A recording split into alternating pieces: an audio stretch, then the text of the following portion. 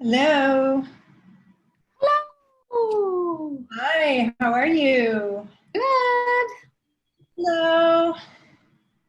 Hey. Hi. How do you pronounce your name? It's Qual. Qual? Yeah. Great. I just wanted to make sure I had it right. Good to meet you in person. I don't know if we ever had a chance to meet before. We have not, but it's good to meet you as well. Hi, Qual. I'm Beth. Nice to meet you. Are Hi, nice to meet you. you a newer agent? Yeah, I joined like last month. Awesome. Welcome. Welcome to our little squad here. Thanks. Erica, are you in the office in your office today? I am. Okay. Yes. Cool. Which hopefully will deliver good internet today. We shall see. So Good. fingers are crossed. Fingers are crossed. For Qual, I'm very excited about this today. I don't know, Erica has, she's an associate broker. She moved here from Florida. She's been here a while, but she's just been really killing it. And she's kind of does it on her own. So this will be really good for you and I, my friend, and anyone else who joins. That's good. I need it. I need to put the buyer presentation together. Oh, you are? Good. Cool. Mm-hmm. Yeah. So like I can give ones out like at I'm just giving like people a little bit of houses. time to. That's a good idea. Yeah, hop in. Yeah, but I like Sorry, open Paul, houses. you cut out. Oh, sorry. Can you hear me now? Yeah, I think it's my internet, so I am going to switch over to the faster connection, but that might mean that I drop off for a second, so please just stand by. So, as I'm on the 2.5 and the 5.0 seems to do better for me here. Take your time. We will stand by.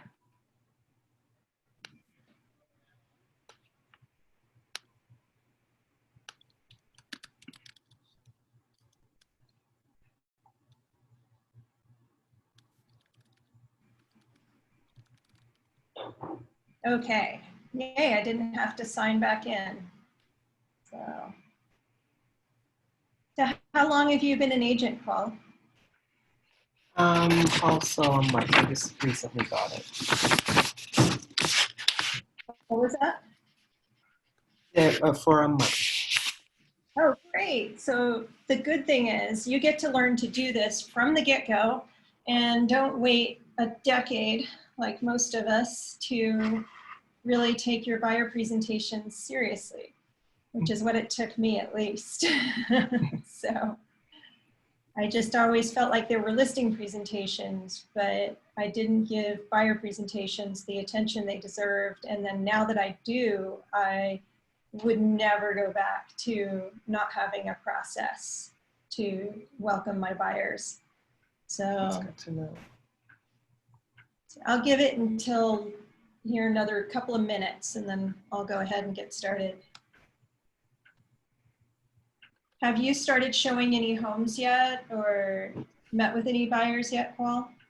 No, but I did show a house for my mentor Becky, I think last week. I think it was on Thursday when I showed a house.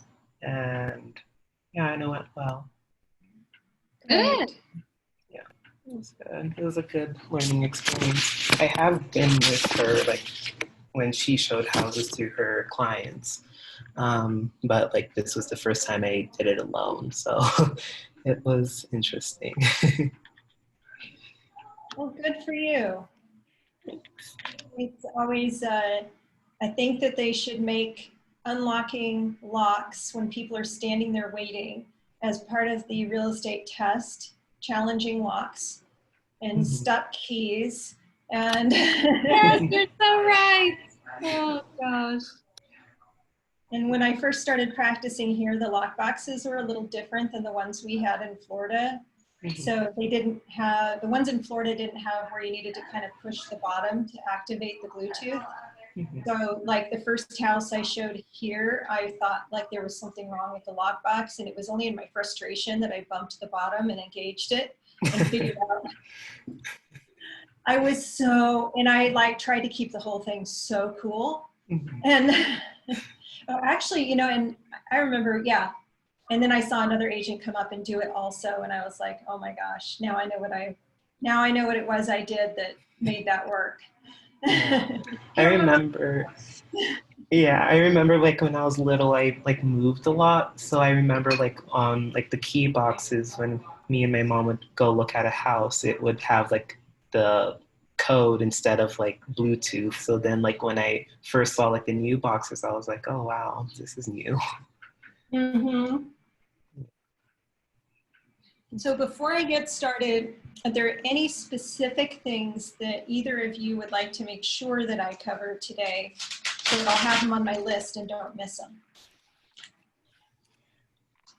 I am sure what I wanted to hear you're covering, which is process of the buyer presentation.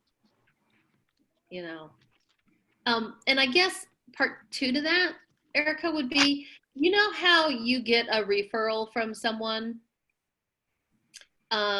you know, a buyer referred another buyer, and then, you know, it's kind of like, well, do you really got to do the whole presentation, or you just get like, just does that referral itself give you authorization just to roll forward? Like, you know, I would just be curious how in depth at that point you do go with your presentation, quote unquote. And both of those will be answered in what I have planned. So that'll work. How about you, Qual? Any specific questions?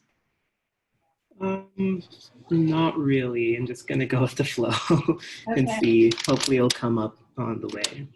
I think that what I have to cover will go fast enough that we'll have plenty of time to talk about it afterwards. So that way, you know, that if it raises questions, then we can go from there. So, alrighty.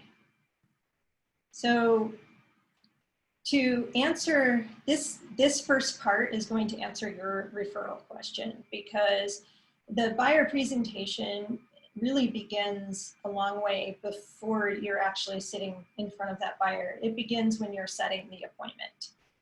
And I have some notes over here. I'm gonna move them where they're in my line of sight. There we go. The reasons for doing a buyer presentation is that since it are the same for you and the buyer. And that's, you know, there's this mindset that a buyer presentation is designed or structured to just sign a buyer and to win the deal. And that happens, but the really valuable piece of this are the benefits to the process for both you and for the buyer. And first of all, it saves time. If you have sat down with a buyer in person and really had some good conversations about the process, about their needs, about their fears, then you will do a much better job of serving them and getting them into a house faster and with less hassle. So that is a big time saver. Let me see, I'm just adjusting my screen. There we go. Okay. So that's a big time saver.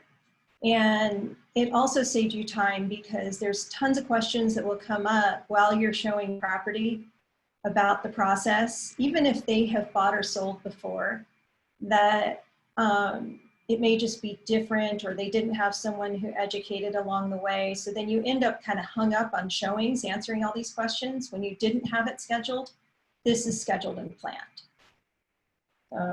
It also prevents confusion and overwhelm on part of the buyers, and because it is a situation where because you have a process, you're not forgetting to tell them things. You're not forgetting to give them the big picture of what's happening, what's coming, so they don't end up in this space of feeling just completely overwhelmed, confused, needing to ask things 3 and 4 times, which they still will. I mean, that's just normal learning theory, but they're going to feel calmer and more ready to make a decision when the time comes.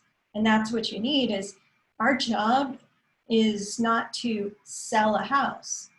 Our job is to give buyers and sellers the information that they need to make the best decisions for themselves. And if you think of the process of helping a seller or helping a buyer as being about giving them the information that they need to make the best decisions for themselves, the buyer presentation suddenly makes all the sense in the world, because it's a good space to deliver information. It sets expectations, both what they can expect from you and what you expect from them. And it's okay to have expectations of your buyers. There is nothing wrong with that. And that'll help them feel comfortable. So an expectation, an example of that would be, hey, if you see a for sale by owner sign out there, then text me a picture of the sign, because for sale by owners will typically, already say in their ads, they'll work with your buyer's agent.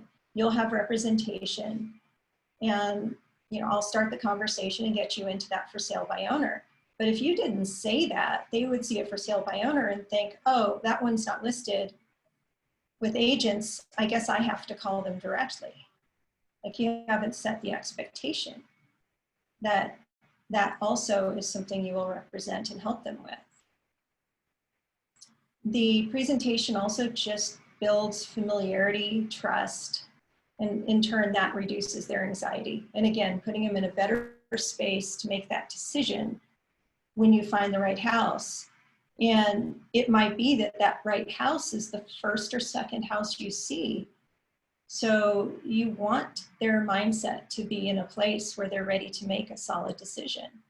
But if you haven't met with them and they're still getting to know you, then they are unfamiliar and not ready to take your guidance, and not ready to be like, I know I can trust Qual. I know he has my best interests at heart. I've had a chance to sit with him and talk to him and bear my fears and wish and wants with him.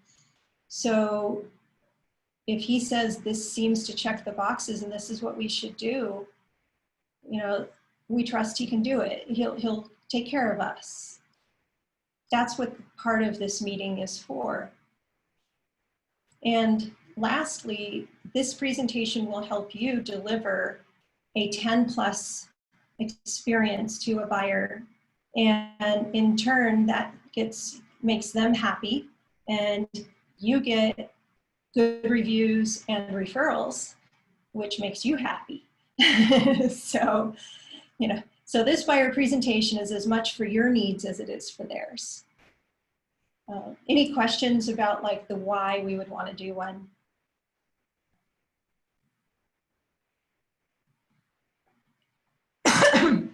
Excuse me, I just inhaled my tea. Oh dear. I don't have a question, but I really liked how you said it just prevents confusion and overwhelm. Because I have found when I had a referral, in the past, at the beginning, I would just run with it. Instead of really making that time and, explaining, like doing it more in a grander scheme than I have in the past. I would just assume, I think, that they knew how to do it. But I love the overwhelm factor, and prevents confusion, because that happens often, especially with first-time home buyers. They're like, so thank you for sharing that piece of it. It's a good reminder for me. Absolutely. So the next phase of this is the actual setting the appointment, which is the beginning of the presentation, even though it starts before you're sitting down. And I suggest setting an appointment with them, even if you answer a sign call and you meet them in person to show them that house. Then while you're there, say, in my experience, it really helps to sit down. I know that we went ahead and saw this house, but I have a line for it, but go plan on still setting an appointment to meet back at the office to sit down and talk about everything that's coming, because this is a big deal to them. And that's part of what you would say, this is a huge deal. And I want to make sure I take the best care of you. So when you ask for the appointment, whether it's on the phone because you've been dialing, a referral that called you, or you're in person at the first showing because it's a sign call, if you can get in front of them on a first showing, just do it. Don't be like, you need to come sit with me in my office.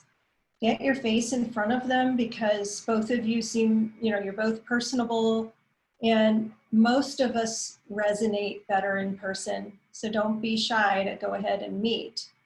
If what they want is to see a house, there's your automatic into a face-to-face conversation. But then ask for the appointment to sit down and do this. When you ask for it, I have a couple lines that I use, and I just weave them in. In my experience, sitting down to discuss the process beforehand saves buyers money, stress, and time overall. Plus, we'll have a chance to see if we even like working together. Either way, you're going to walk away with some good knowledge. So those are just different lines that I use, maybe not even in that order, but I usually do start to act with, in my experience, and I ask, would you like to go ahead and plan a time where we could sit down and I can just give you an overview of the buying process and how I work, and I can learn how to best take care of you.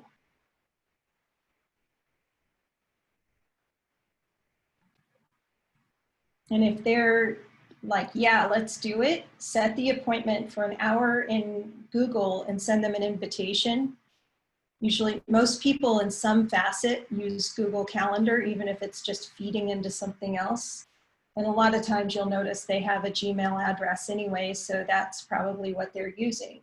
So I use my Google Calendar and I set the appointment, but then I add them to the invitation, which leads to probably a step 2.5 that I didn't put in here, which is say, okay, when they say, yes, we want to meet. Okay, great. Let me make sure that I get your email address. And then if there's someone else who needs to be invited, get their phone number and email address. So if it's a couple, say, oh, remind me your husband's name again or your wife's name again. Okay, great.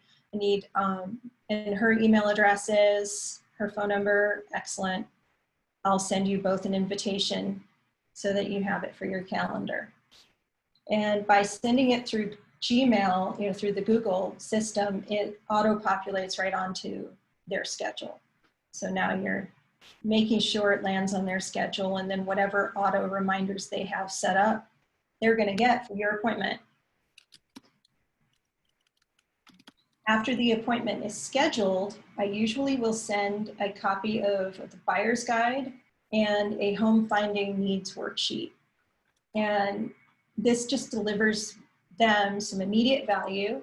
And I ask them to review that worksheet before we meet. And what that does is it gets them kind of excited, because they're going to sit there, and I'm going to show this sheet to you here in a second, but they're going to be working on this sheet that asks for all of their wishes and dreams in a home. And then they have this nice, have a nice buyer's guide, which normally I tell them, I say, hey, it's got a lot of general information, but the glossary in the back is the money. I want you to have it because you'll have questions, you'll hear funny terms. So I'm going to send this over to you to have, and that way, you can look through it, but also save it for that glossary. And so let me share my screen.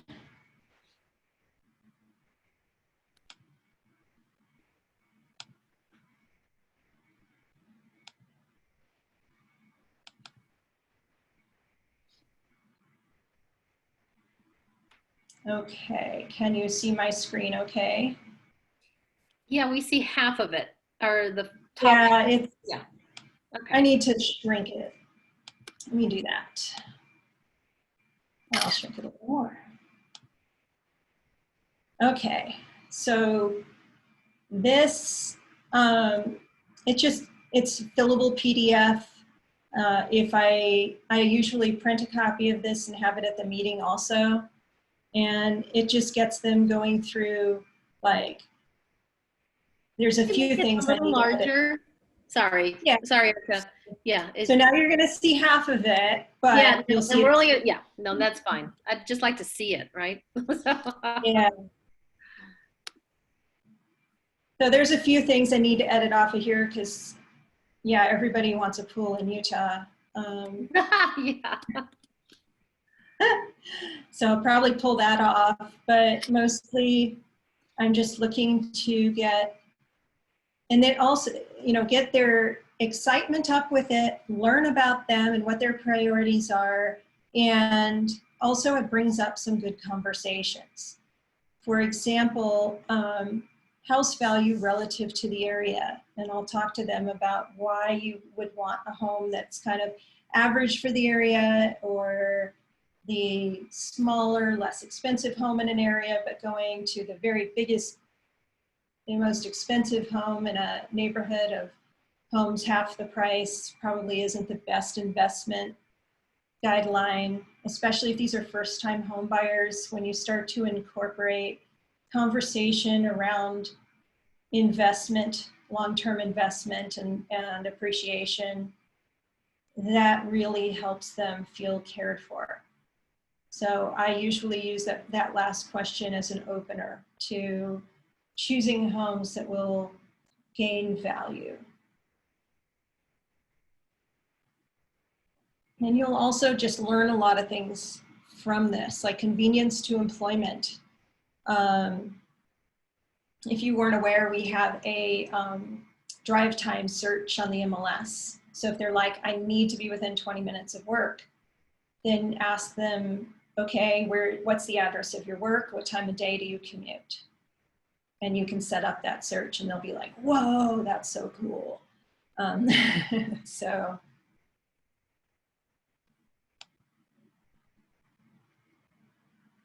Any questions about this sheet? None for me. I think it's wonderful. Yeah, I like it a lot. I was wondering how did you like set that up, basically? You will learn in real estate, R&D means rip off and duplicate. So I searched around until I saw an example of one that I liked a lot, which you're welcome to this. And then I did my best to alter the example that I found using my own hacks on Adobe. And then now that I have the VA, I sent it to him and said, Mark, you need to remake this from scratch so that I can edit it easier, because I can't really edit it right now. I'm just like pasting a logo on it and it looks like crud and it wasn't fillable. And I tried making him fillable and I ended up with a mess. So anyways, he just redid these for me here recently so that they look tidy and consistent. Can you send me that one so I can Sure. try and make it my own as well? Yeah, absolutely. I'm going to type my email into chat, and if you just email me and say, please send the home finding needs, then that will help me remember. Okay. They have a chat now that I am.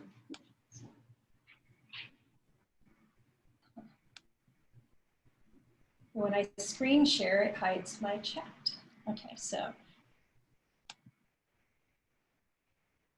curious. I'll put it in chat in a minute. All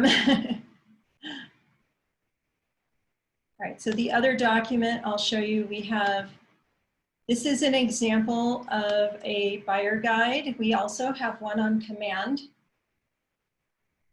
So this is my buyer guide. You can go in and customize this. This one's from Keeping Current Matters, but we have them for free on command, and I will show you where those are before we're done.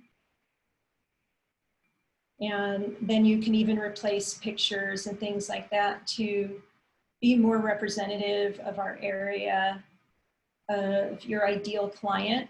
If you have an ideal client, then I suggest that, you know, try to choose images and such that would speak to the things that they like to do. You know, if you think your ideal client is super active and into outdoorsy stuff, then have some more hiking photos in there versus computing on the porch. You may want to have like a mountain bike, you know, bombing it down Deer Valley. You know, try it. And I have not done this yet, as you can see, but it's actually on my list this week to customize this guide. So I send them this and the VIP, the home finding in advance.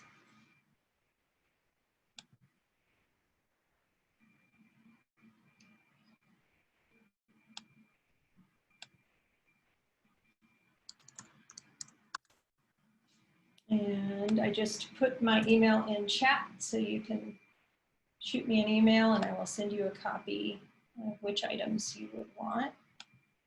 That way I can just reply. Otherwise, I am not to be trusted with things that are not written down. I know me now. And Beth knows me.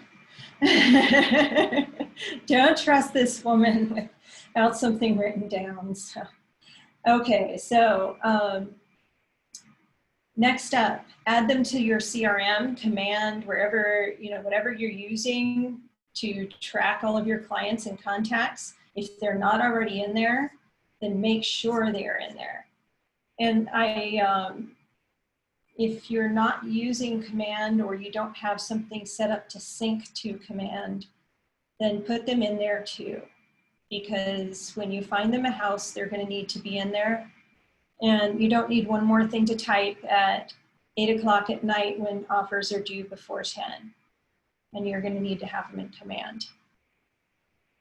So get their stuff in Command right away. And then block your schedule for an hour and a half. So book them for about an hour. Book yourself an hour and a half. If you say, I want to sit with you for an hour and a half, they're going to be like, I don't know, like it's this threshold of pain. You might even want to say 50 minutes, but block your schedule for an hour and a half. Trust me, you will spend an hour and a half, especially if it's a first-time buyer. So.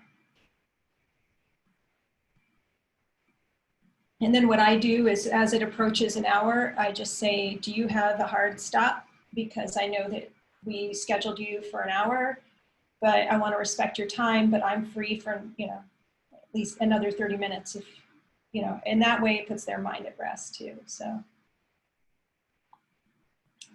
to prepare for your appointment, book a room with Emily if you're going to meet in person. Otherwise, it's just going to be a Zoom meeting, which you can have integrated with your Gmail and just make it a Zoom meeting right from the invitation. Go on and complete the buyer broker and the wire fraud docs on the MLS or wherever you choose to create forms. I do mine on the MLS and then save and import them into DocuSign. And then print the rest of the documents that you're going to need for your presentation, including the addendum to the buyer broker and the for your protection doc, that disclosure. So there's a purpose to this, why I have all these disclosures getting signed now. So get all of those printed out and ready for when you meet or ready to show them via Zoom if you're meeting virtually. And I'd say do it the day before. Don't do like me where Friday the printer decided it was going to take a break and Emily has my buyers up front and I'm trying to get the printer to work. And then it decided to cut half my logos off and I never did get the booklet. Because if a lot of times I'll print that buyer booklet and have a copy, hard copy of it with me, bound in like a plastic sheet or use the little binder things we have here in the office with the little teeth. I have those ready and then I'm like, did I email this to you already? Because if not, I want to make sure you have one. And then they, if they're like, yeah, I have it, I don't need it, then you just put it in your stack. But you have it there just in case. So, because some people just like physical things to take away. So, Okay, any questions before we dive into the actual presentation? Good, okay. So when they meet, if you're meeting in the office, Emily will just let you know that they're here. She'll usually just dial you up. And I just open up with just some chat and you know, just make them comfortable and ask them about their day, small talk, whatever. Also remember the 70-30 rule. They will be talking 70% of the time. You'll be asking questions, listening, and answering their questions. So don't let the idea of presentation make you think that you're going to be doing all the talking. It's more of a consultation. And I have an intake sheet that I'm going to screen share to you here in a second. And it's how it is my structure. So, Beth, are you still with us?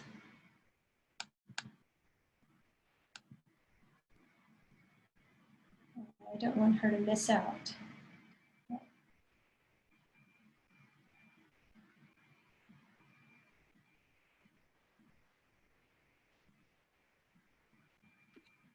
Yes, I ran to the restroom. Thank you. Okay, I just wanted to make sure because I didn't want to go on too much further without having you here. So Okay. let's see, I missed a doc, so let me get it. So what I do, just a little hack that I've learned, because I am very ADD, so I need to not have things scattered all over, is I have a folder that is my buyer consult package, and that's all that's in that folder. Right now, I actually need to sort out a few more, like I have my originals and then my PDFs, and I'm actually just had my VA combine all the ones that I print into one document so that I just hit print once and don't forget anything, because I frequently forget one. Just like right now, I sure enough forgot one of my forms. So, and just to, you know, and I'm like, I have to go back here, but then I'll be sitting in front of them and realize I don't have one. So find a way to make sure that just the documents you need are there and you print them all in advance. And so, okay, share. All right. Can you see my screen okay? Great. All right, so this is basically and depending on your personality type, this won't work for you. But this is what works for me. I am going to space it out a little wider so I have some room to make notes to myself, because if by the time I'm done, it looks like, well, I'll show you because you can't see me right now, but I'll show you what it ends up looking like when I'm done, and it's scribbled on all over in the margins and everything. Hey, Erica, I just want to tell you, we can see you right now. Oh, you can. Okay. So, Qual, can you see her? I can. Okay. Okay. Yeah. Yeah, I wasn't sure. So my intake forms end up with stuff like all over. Yeah. You know, I'm just like scribbling. There's the daughter's name, you know, just, and then I have learned write their name on it, because this will land on my desk and I won't know which buyer it was for.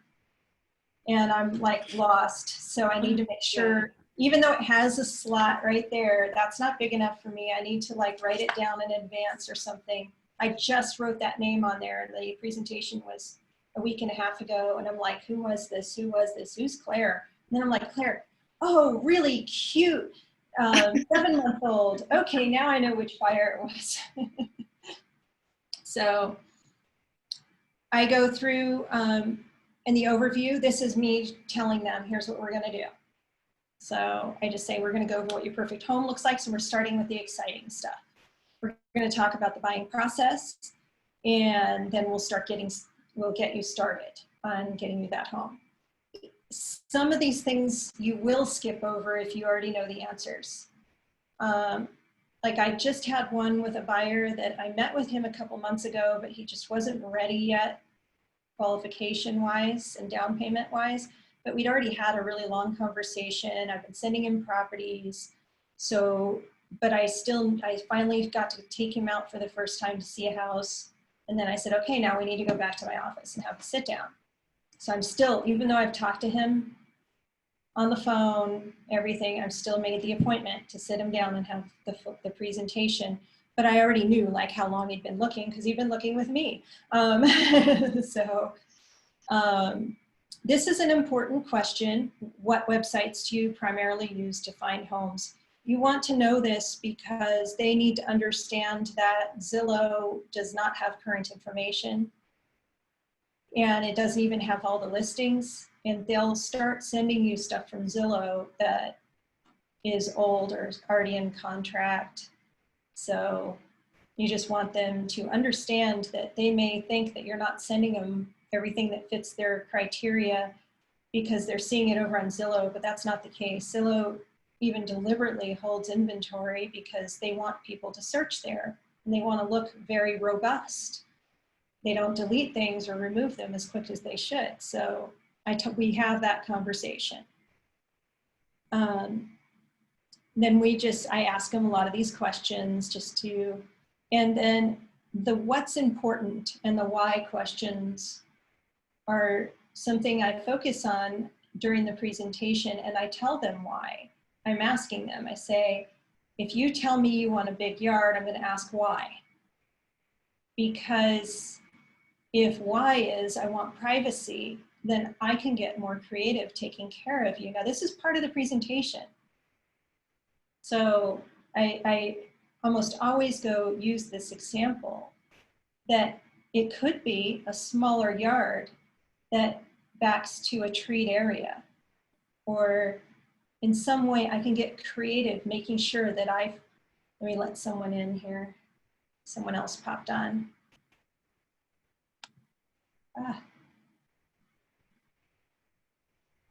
There it is.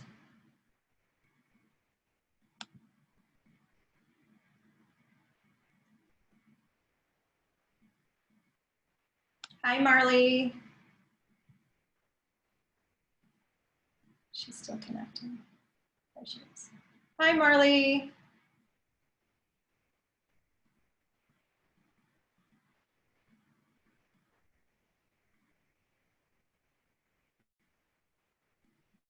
Marley, if you are talking, you're muted. Mute. Okay, I'm mute. You started at 1 o'clock. Have I lost most of it, unfortunately? No, we're just, right now we're in the presentation portion, and I'm going through the sheet that's on my screen share, which is what I use as the framework for my presentations. And I went over a few documents and such that I send ahead of time already, but that's it. I was just telling them that when I ask a lot of why questions, and then I specifically tell them why I'm asking why, which is sharing that I want to have the information for their reasons, because that lets me get creative and take really good care of them. That is a really strong way to help a buyer go, wow, this person really gets me. They're really interested in me. And so I'm like, a lot of times I'm going to ask you why, or just tell me why you want something, because then I might have other solutions to get you what you want. Okay. And sometimes I'll use an example. Like I had some buyers that are like, we want a 1/4 acre. And I'm like, well, tell me why. We want privacy. Well, in the end, they ended up on a standard size lot that had a very private backyard. So move-in ready or repairs. And if they tell you, oh, we're handy, then ask, so what would those projects look like to you? What are some projects that you would feel comfortable doing? You would be shocked at the range of that question. What I might consider, like, I don't even blink an eye at painting, and you, because I know you do a lot of stuff, both you and Paulo, Beth, are, you do renovations and stuff. So for me to paint is like, that's like hanging a picture on the wall. That's nothing. But to some people, that's like, I can't handle that. That's way too much work. I thought you meant like hang curtains, you know. So you need to ask, move-in ready or repairs, what does that mean to you? Tell me some examples of things that you'd be willing to take on. And if they are like, well, I'm not sure, then, you know, give them a few examples and be like, is painting something you do? Would you be interested in, like, maybe you have to have the floors replaced before you move in? Or, you know, what about major things, retiling a bathroom or renovating a full kitchen? Like, what's within your realm? And then just let them talk. They'll just start talking. I'll ask them, and this ties back into the home finding needs survey, which they may or may not have ready there, but this is where we end up breaking into this, is where I ask, you know, what are the very top features and what's non-negotiable? So if they say, I don't want a split plan, I just had this one on Friday, you know, okay, why? Well, because I don't like it when you walk in and you're just facing the stairs. Like, yeah, I totally get that. I said, well, how about when the split happens off to the side of the main room after you walk in? And they're like, oh yeah, that would totally work. Well, now if I'd eliminated split plans from the MLS, I would have missed something that would have been perfect. So again, I let them know, and that lets them know you're really listening. You're really taking care of them. It's a consultation. We talk about the lender conversation. Have you met with one? Do you have a sense of what your price point is? If they haven't, I offer to give them my preferred lenders. And I frequently have already covered this, you know, what will buying this home do for you? But a lot of times I ask, like, why is it you've decided to buy a home now? Or why is it you've decided you need a different home now? And again, just getting that motivation and letting them talk. And this part is where I go into the buying process, and I find that I tend to work with a lot of analyticals. And I'm not sure why, because it's not completely me. I am that way somewhat. I can do it, but my background's in the sciences, but this really helps.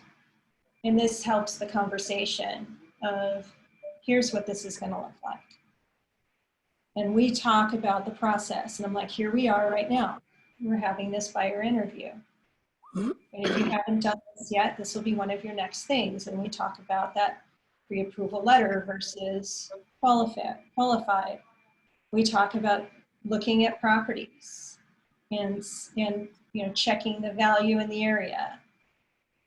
A lot of times I already know the answer to this. Do they need to sell a property in the process? And if they do, that's its own conversation, is they're going to be really frightened about the process of selling and buying simultaneously. They're going to want to know what solutions you have.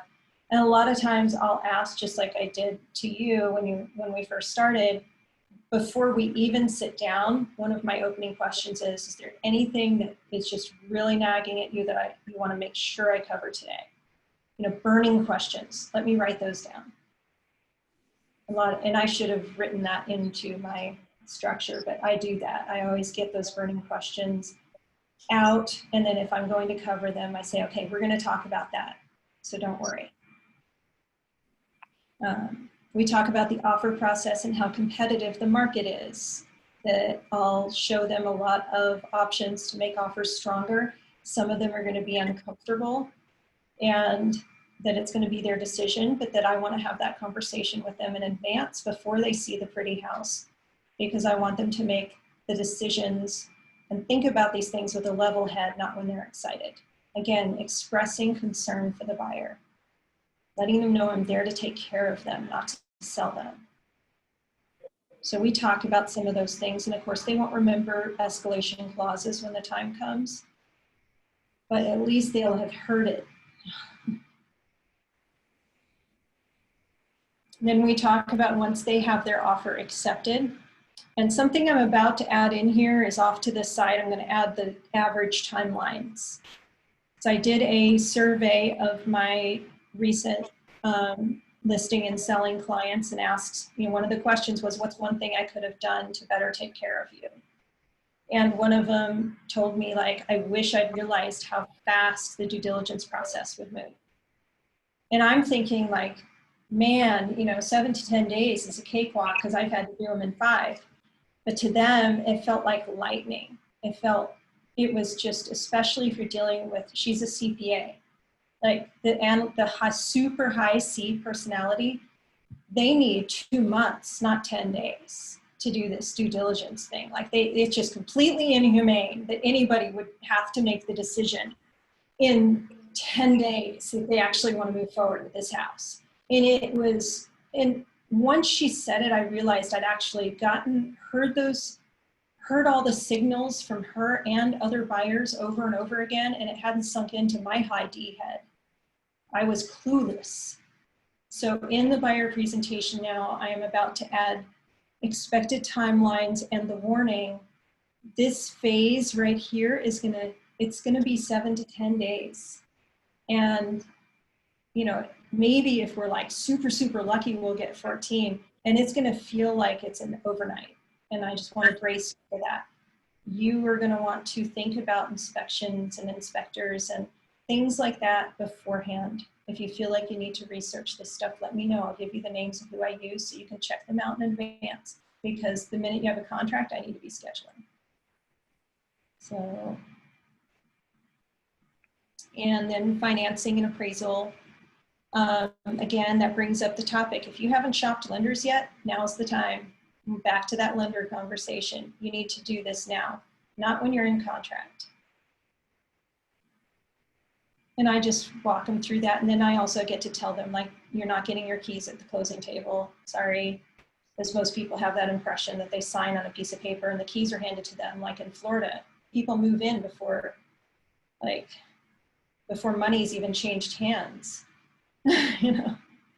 So, that's how they do it on the movies. So that must be true. So you have to let them know, brace them for the fact that their closing date is not when they schedule the moving truck for. Not first thing that morning.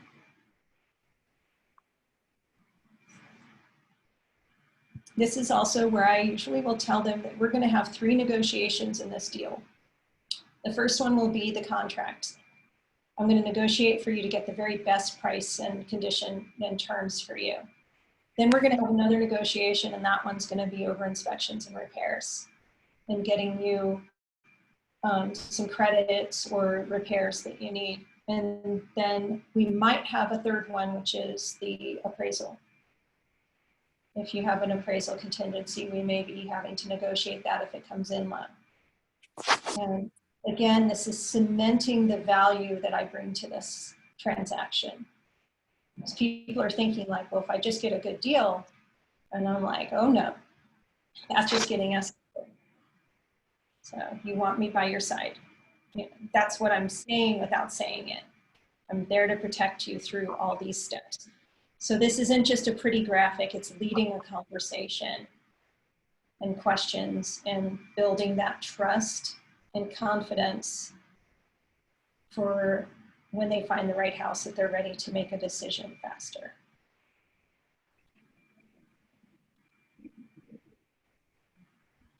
So then bouncing back over to my intake form, this is where I have a referral conversation. I'm like, and I also have up in the top, I think,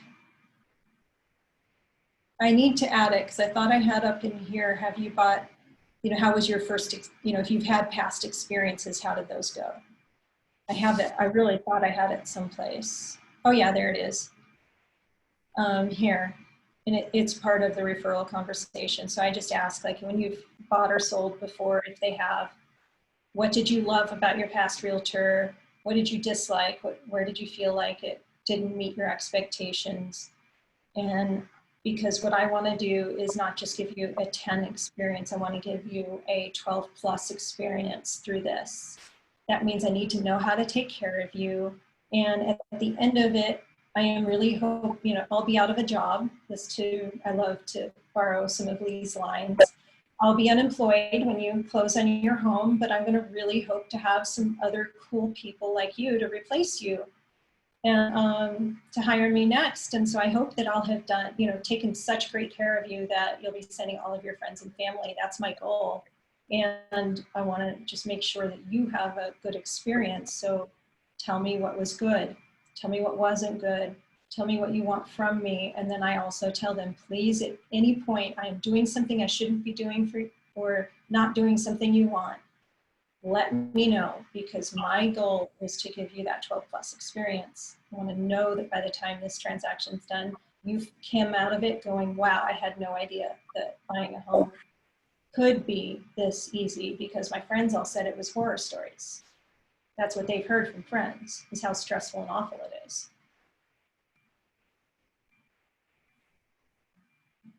And this leads me into the actual presentation of paperwork and agreements and expectations. So I go into this document, and it's my commitment that I tell them, like, you get a 12-month guarantee. If you get in this house and you don't like it, or there's something awry with it, then if you have to exit, that's, really short time frame to have to sell. So I will sell it for free. On my side, you'll have to pay expenses and the buyer costs. So, but as far as my pay, I'll be doing it for you for free. And I let them know that I have had to honor that in the case of somebody being transferred, but I still honored it even though she liked her house. I just needed to honor it and take care of her. And she's in Seattle now, but she wasn't going to break even. I explain how we're paid, because a lot of times they're afraid to ask and they think they have to pay us if they're first-time home buyers. And I let them know that this is how the pay works, that the seller has an agreement with their broker, and part of that agreement is what we get paid. And that if at any point, I need to write this in there, but I always tell them, if at any point there isn't pay from me, I'm going to let you know in advance so that we can have that conversation. But it hasn't been an issue that I've come up against in a very, very long time. Any questions so far, so I don't power over them? Yeah, Beth. I have a question. How do you handle or work with when, you have them sign the buyer broker agreement, I'm assuming at 3%, and the listing that they want to make an offer on, let's say, is 2 or 2.5. Do you just let that go? I do. I let it go. Okay. Right. There's a lifetime value to a client that exceeds that missing percentage. And I do intend to take care of their family and their friends. And do you say anything? So there is an awareness. Anyway, to anybody at any time. Oh, sorry. No? No, sorry. I was just going to mute Marley just because it got a little loud. Okay. There. That's okay. So no, a lot of time I might mention it. Usually I don't. I haven't run across a 2%er in quite a long time. I've had several 2.5s, and that's just not a big enough difference to me to even be worth having that conversation. So I don't even, that's my personal choice. I know that other people choose to go ahead and write it into an agreement, write it into the offer that the seller is to finish that compensation. Yeah. Okay. But it's just not, it's my personal choice that I have a history of having very, very long-term relationships with my clients, and there'll be 2 or 3, at 1 or 2 more transactions, 2 or 3 total with that client over time. Qual? Yeah. So I was recently in a Board of Realtors class, and this actually came up. I asked that same question, like, do we let that go if it's like 2% or 2.5% and it's at 3% in our contract? They said that we would have to check with our broker because technically it's the broker's money.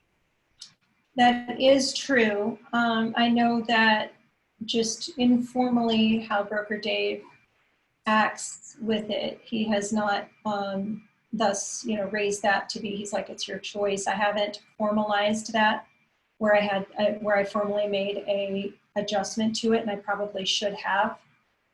So when you come up against that, it's probably a good idea just to go ahead and ask Broker Dave to see how he wants you to handle it, because certainly if I'm doing something based on my past experience, but then that something changes and I'm clueless, then that gives you the opportunity to hear from him how he would prefer you handle it. So I think that you raise a really good point, which is ask your broker, because that agreement is technically with the brokerage. So Okay. And that is good. Yeah. okay. And also, what if like we're working with a family member, we do it a little smaller, like 2.5, and like the house they want, the BAC is 3%. Do we take extra money, or how would that work? I typically just write them for 3% and go with what the MLS has. So if you're going to kick back to them 0.5%, that is a separate line on that agreement. For instance, if you say, if the BAC is 3% and I would, I'll take 2.5 and give you 0.5% back, then that needs to be done in writing. And that's a good one to just check with Broker Dave how he wants that executed, but typically it's done through escrow instructions. And you also want to talk to the lender about that too, because lenders have different ways they want that handled. Okay. Okay. Yeah, and he'll end up signing a letter in that circumstance if you're going to kick anything back to them, like toward closing costs. If you're just charging them less, then that's the seller's broker is paying our broker. So it's not as much about between you and your family member. So that is where you want to definitely. Okay. And I continue to go through this. I talk about that I run Facebook marketing in my core areas, and I talk about my volunteer work with the community, just to let them know that I'm deeply vested in the areas where they're planning to spend their lives, so that I'm involved and connected. I'm usually moving through this part a little bit fast, and I sometimes even joke, I'm like, because they tell us we should have some kind of offer. So I take so it doesn't sound cheesy and salesy. I'm like, yeah, they tell us we should have something like this, but legitimately, I will do this, and I have done it. Then I go through my commitment to them, and I have a number of things here, including that if they want to go to an open house, feel free, but also feel free to just ask me to schedule something private. Like with the family that came in and they have this young child, I said, you may not want to be going into open houses right now, so why don't you just call me? I am happy to make a private appointment. Let's not be around crowds. But if you see one and you just want to go in and tell them that you're working with me. Sometimes I give them a stack of cards. That's your get out of jail free card. Tell them they can follow up with me about your interest. That's the only thing I use business cards for anymore. So, and I talk about, I have a big black book of good providers that they have access to. And I know that, I know great plumbers, I know great electricians. And then I touch on the new home build, because sometimes they'll see a brand new community and go in there without you. You want to let them know, don't do that. Not only are these people really well trained in their sales techniques, but they may refuse to cooperate, interact with me through the process, which means you don't have your protection.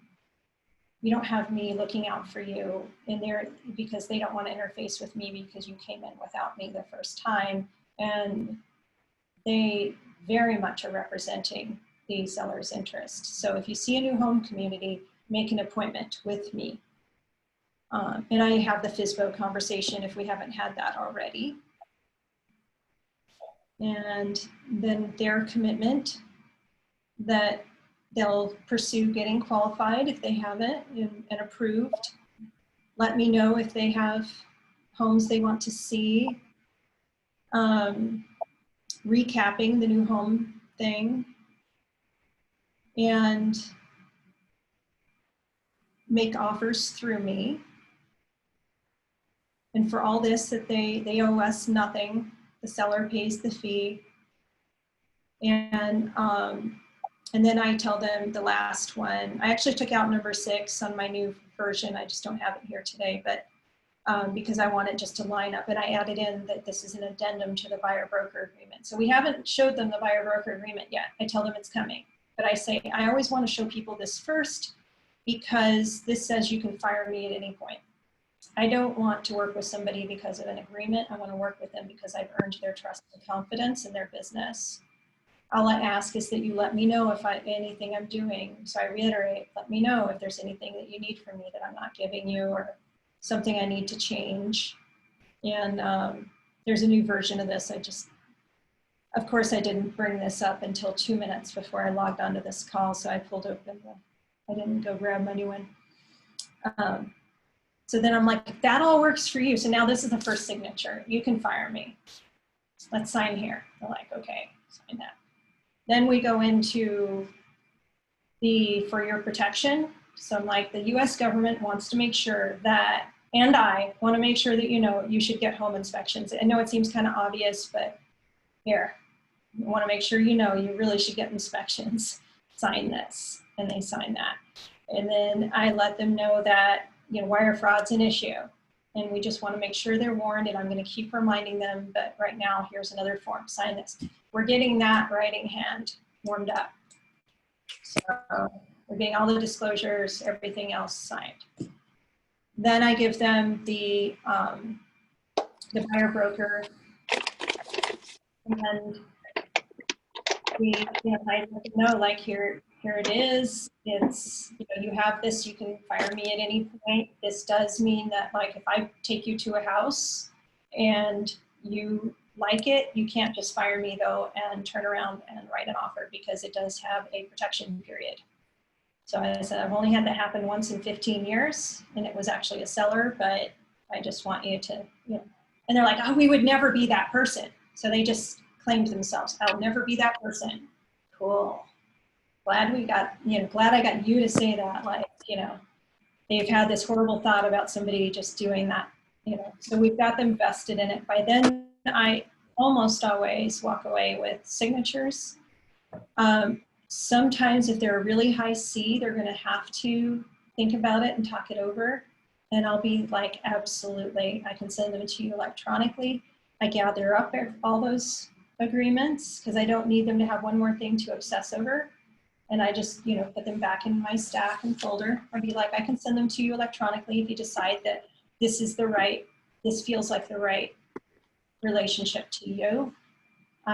Just let me know. And also let me know if you have any questions. I said, and in the meantime, if you see a house that you really want to see, just let me know. Like, well, I'm not going to hold you up over paperwork. Let's go see it. Inevitably, I get a phone call or a text that says, we talked about it, and if you're still willing, we want you to represent us, and we're ready to sign. And then they do. I send it to them via DocuSign, and we get going. So, any questions on this stuff? Erica, I have a quick question. Can you hear me? Yeah, absolutely. I am very impressed with that presentation. I don't have anything as good as, is there any way you can get copies of what you went through? Because I could not remember. I'm not going to be able to remember everything you said, obviously. Yeah, absolutely, Marley. I put my, they asked earlier before you signed on, and I put my email into chat. So if you would like to just email me and ask. And okay. Certainly anything like my VIP buyer presentation, if somebody's going to put their signature on it, just, I'm not an attorney. I ripped this off from somebody else. So, and then I edit it. So I would just, make it fit you and, know that it wasn't like attorney drafted or anything. It's a more informal agreement, but I do put on my buyer broker that there are addendums. And with this, I have every expectation that they could legally cancel the agreement if they wanted to, and that's all I'm trying to do. I should send you an email requesting for you to send it to me, right? Yep, What's your email? I put it into chat so that you can Oh. grab it right there. Okay. Thank you. Absolutely. And I can also show you in Command where to find buyer and seller presentations. So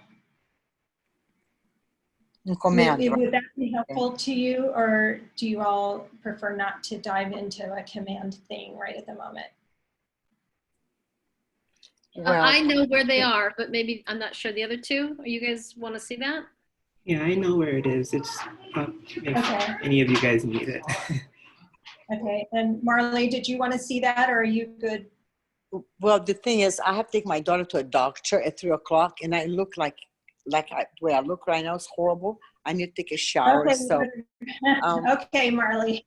if I go, if I go command, where's the link when I go to command? Once I get there, I'll be okay. Yeah, if you go into command and then Yeah. you just go to designs, there's buyer and seller presentations in Gotcha. there. So I can Yeah, just so you can grab some of those from the actual, like the pretty thing that you can hand them as a printable is Okay. available in command. go, okay, excellent. Good, thank you. You're welcome. Any other questions? Because I know you have to go, Marley and Paul and Beth, though. I still have more time here. Well, I guess it actually is 2. So, Yeah, Erica, that was really fabulous. it was Thank you. fabulous. Yeah, it was just so organized, and you could see how each piece kind of builds on the other one, where of course it's a yes, and of course you're building a long-term relationship. It's so apparent, and it was just really, really, it's done so well. It's one of the Thank you best for I've sharing. ever Liked seen. it. Yeah. oh, thank you. Well, my goal is, and Marley, I said this to them, but when they signed on, but there is a 70-30 rule. You should be talking only 30%, and they talk 70%. So the whole thing is about asking questions, listening to answers, and just answering what questions they have. Thank So it's you. more of a consultation versus a presentation. That's very good.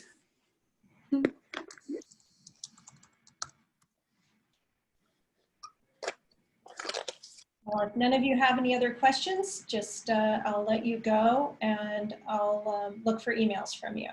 Okay, thank you so very much. You're welcome. Thank you, Thank you, Erica. Sue. Thanks so much. Bye, Qual. It was good to meet Bye. you. Well, Nice to nice meet all meeting of you. you If you need guys. anything, please reach out. Okay, Bye. thank you. Bye, Bye. everyone. See you guys.